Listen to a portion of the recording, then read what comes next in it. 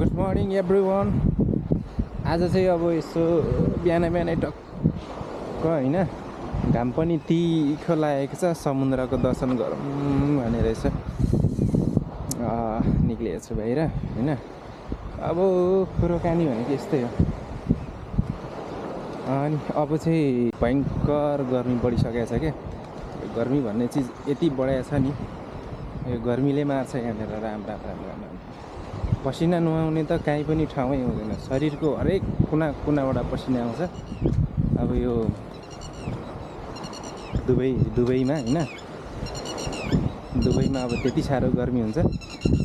हे टिलिक्क घाम लागेको छ अहिले। अब बिहानै अब दिउँसो कस्तो गर्मी हुन्छ ल। समुद्र यति मजाले हल्लिँदैछन् चट्टसँगले होइन। अनि त्यस पछाडि भन्ने कुरो यस्तो ठाउँमा बस्नु पाएँ होइन, टक्क गर्लफ्रेन्ड सर्लफ्रेन्ड भएर अनि यस्तो ठाउँमा मजाले बस्न पाएँ, क्या आनन्द आउँथ्यो होला। मेरो नयाँ युट्युबमा च्यानलमा सब्सक्राइब पनि गरिदिनुहोस् है।